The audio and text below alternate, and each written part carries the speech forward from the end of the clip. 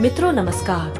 क्या आप जानते हैं माता शबरी कौन थी और माता शबरी अपना घर छोड़कर जंगल में क्यों भाग गई? और क्या आप जानते हैं आखिर शबरी के गुरु कौन थे?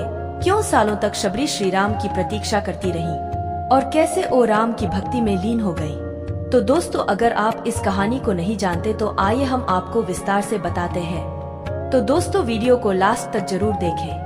शबरी माता ने अपना संपूर्ण जीवन श्री राम की भक्ति में बिताया। रामायण के अनुसार सीता की खोज करते हुए भगवान राम की शबरी से भेंट हुई थी। इसके लिए उन्होंने सालों तक मर्यादा पुरुषोत्तम राम की प्रतीक्षा की।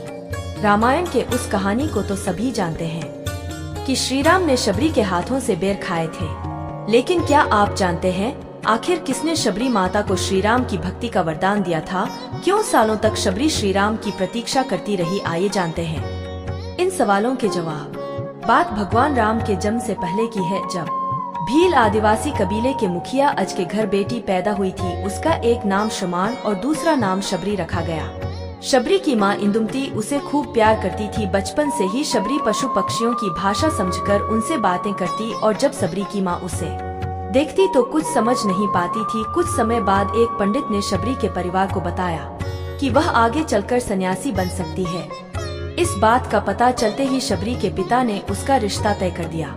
जैसे ही शादी का दिन नजदीक आया, शबरी के घर वालों ने खूब सारी बकरियां और अन्य जानवर घर के पास लाकर बांध दिए। एक दिन शबरी का माँ जब उसके बाल बना रही थी तो उसने माँ से पूछा, इतने सारे जानवर हमारे घर क्यों लाए गए हैं? माँ ने जवाब दिया, बेटी तुम्हारा विवाह होने वाला है, इसलिए हम लोगों ने इनका इंतजाम बलि के लिए किया है। तुम्हारी शादी के दिन ही बलि प्रथा होगी और फिर इनसे स्वादिष्ट भोजन बनाकर सबको परोसा जाएगा। यह सब सुनकर दुखी हो गई। काफी देर तक शबरी ने उन जानवरों को आजाद कराने के बारे में सोचा। सोचते सोचते शबरी के मन में हुआ कि अगर जानवर यहाँ नहीं होंगे तो इनकी बलि रुक सकती है।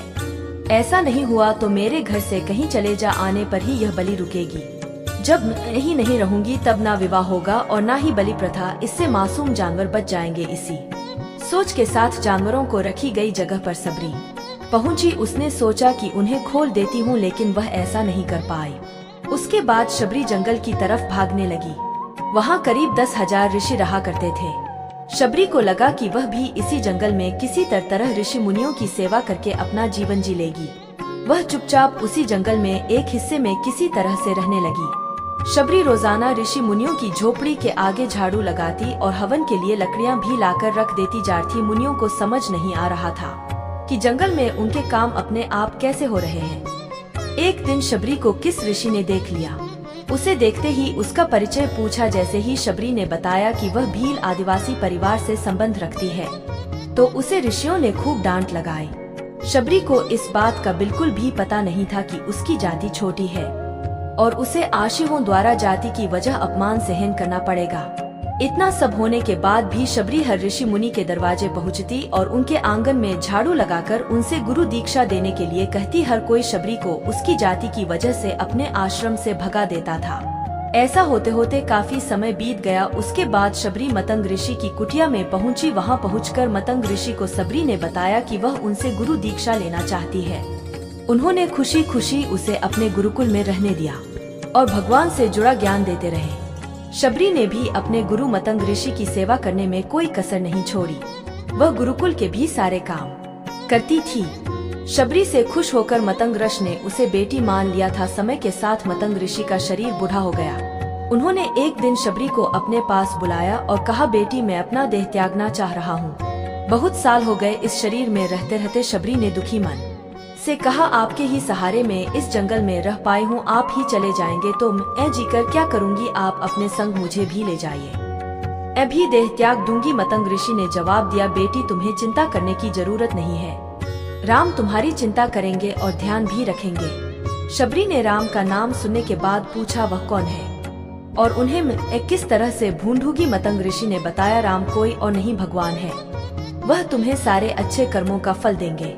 तुम्हें उन्हें ढूंढने की कोई जरूरत नहीं है। वह एक दिन खुद तुम्हें खोजते हुए इस कुटिया में आएंगे और तुम्हें उनके हाथों ही मोक्ष मिलेगा। तब तक तुम इसी आश्रम में रहो। यह कहते ही मतंग ऋषि ने अपना शरीर त्याग दिए।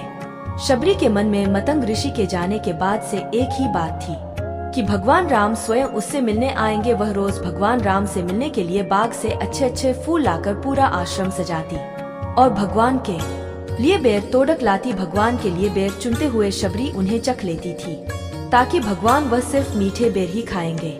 रोजाना शबरी इसी तरह भगवान के दर्शन की आस में फूल और बेर इकट्ठा करती रहती थी। इसी तरह इंतजार में कई साल बीत गए। शबरी का शरीर एकदम वृद्ध हो गया। एक दिन आश्रम के पास के ही तालाब में शबरी पानी लेने के लिए गई। तभी पास के ही एक ऋषि ने उसे अछूत कहते हुए वहां से भागने के लिए कहा और एक पत्थर मार दिया। पत्थर जब शबरी को लगा तो उसे चोट लगी और खून बहने लगा। बहते हुए खून की एक बूंद उसी तालाब के पानी में गिर गई। तभी पूरा तालाब का पानी खून में बदल गया। यह सब होता देखकर ऋषि ने शबरी को ही डांटा और कहा कि पापन, तुम्हारी वजह से पूरा पानी खराब हो गया। रोज आरती उस पानी को साफ करने के लिए अपनी कई तरह की विद्याओं का इस्तेमाल करते। कई सारे जतन करने के बाद भी कुछ नहीं हुआ। फिर उन्होंने गंगा जैसी कई पवित्र नदियों का जल भी उस तालाब में डाला, फिर भी तालाब का पानी साफ नहीं हो पाया और वह खून जैसा ही रहा। कई सालों तक तालाब के पानी को साफ करने की कोशिश के बाद भी कुछ काम नहीं आया तो ऋषि ने थक कर सब कुछ छोड़ दिया। इस घटना के कई सालों के बाद भगवान राम अपनी पत्नी सीता के हरण के बाद उन्हें ढूंढते हुए उसी तालाब के पास पहुँचे। ऋषि मुनियों ने उन्हें पहचान लिया। भगवान को वहां देखकर ऋषियों ने तालाब का पानी साफ करने के लिए भगवान को अपने पैर उसमें डालने के लिए कहा, लेकिन पानी जैसे का तैसा ही था। ऋषि मुनियों ने भगवान से भी कई अन्य जतन करवाए, लेकिन वह पानी जस का तस खून जैसा ही रहा। तब भगवान ने ऋषियों से पानी के रक्त में बदलने की कहानी पूछी। तब ऋषियों ने शबरी को पत्थर मारने वाली सारी बात बता दी। उसके बाद कहा कि वह महिला ही अपवित्र है, छोटी जात की है, इसलिए यह सब हुआ है। उसी वक्त भगवान राम ने कहा, यह सब आप लोगों के खराब वचनों से हुआ है। शबरी को इस तरह के शब्द बोलकर आप लोगों ने उसे नहीं बल्कि मेरे दिल को घायल किया है। इस घायल दिल के रक्त का प्रतीक यह तालाब का लाल पानी है। आगे भगवान राम बोले, कहाँ है वो माई, मैं उनसे मिलना चाहता हूँ। तब तक शबरी उसी तालाब के पास पहुँच आती है। इस दौरान शबरी के पैर को ठोकर लगती है और कुछ धूल उस तालाब में गिर जाती है। तभी सारा पानी साफ हो जाता है। भगवान सबसे कहते हैं कि देखिए, आप लोगों ने क्या कुछ नहीं किया, लेकिन पानी साफ नहीं हो पाया। अभी सिर्फ इनके पैर की थोड़ी धूल ने ही तालाब का पानी साफ कर दिया। भगवान राम ने शबरी को पहचान गए। खुशी खुशी शबरी के साथ चल पड़े। फूलों से शबरी ने भगवान राम का स्वागत किया। वह सीधे बेर तोड़ने के लिए भाग गई और चक चक कर उनके लिए बेर लेकर आई।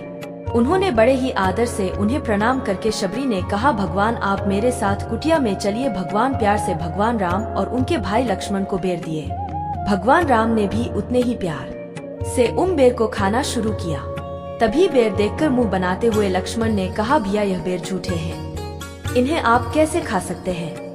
भगवान ने जवाब दिया, लक्ष्मण ये झूठे नहीं बल्कि बहुत मीठे हैं। शबरी माई हम सबके लिए यह बहुत प्यार से तोड़कर लाई है। इतना कहकर भगवान राम प्यार से उन बेर को खाने लगे। भगवान ने जाते हुए शबरी माई से कहा, आप मुझसे जो चाहे वो मांग सकती हैं। शबरी ने उन्हें कहा, मतंग ऋषि के कहने पर मैं आज तक सिर्फ आपके दर्शन करने के लिए जी रही थी। अब आप मुझे मोक्ष प्रदान कीजिए। अपना शरीर आपके सामने ही त्यागूंगी। उसी वक्त शबरी ने अपना शरीर त्याग दिया। भगवान राम ने अपने हाथों से उनका अंतिम संस्कार किया और सीता माँ की खोज में आगे बढ़ गए।